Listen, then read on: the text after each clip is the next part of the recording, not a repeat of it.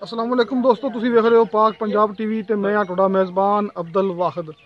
दोस्तों सब तो पहले तुसीं अपने चैनल करो सबसक्राइब ते नाल ही बैल आइकन करो ओके। दोस्तों अज तुहाडे वास्ते दो मझां दी वीडियो लेके हाजिर होवांगे ते उम्मीद करांगे तुहानूं बड़ी पसंद आणगियां। वेखो दोस्तों, पिछले पैर सफेद मुठ बरथान माशाल्लाह पूरी गिरलां विच।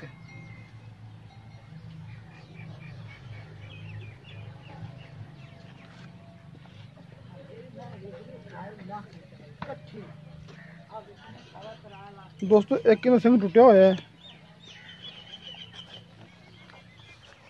ते दूसरा सिंह बिल्कुल ठीक है माशाल्लाह। सिंह टुटिया है इनका, हाँ देखो दोस्तों।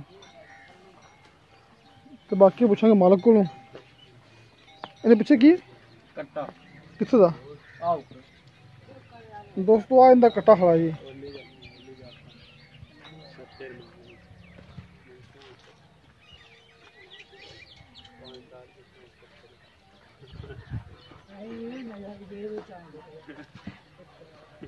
दोस्तों पहला आप इनकी गल कर लेने आ, उस तो बाद तुहानूं माई नंबर 2 दिखावांगे।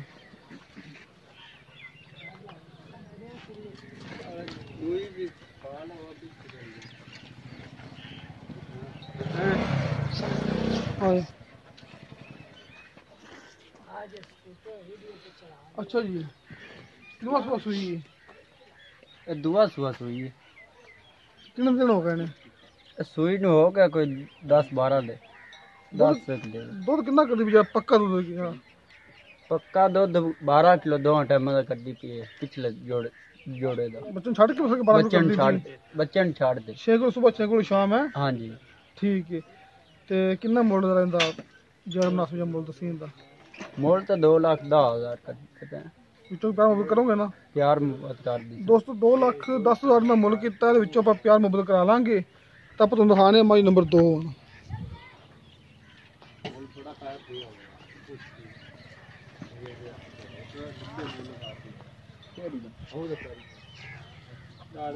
दोस्तों मोटो पारथान पूरी गिरला विच माशाल्लाह।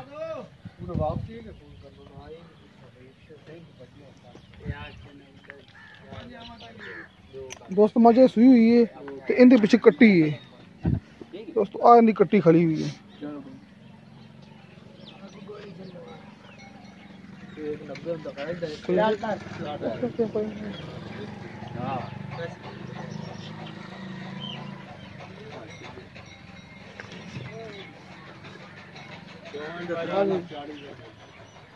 दोस्तों बाकी गल करें मालक नाल आजो सामने।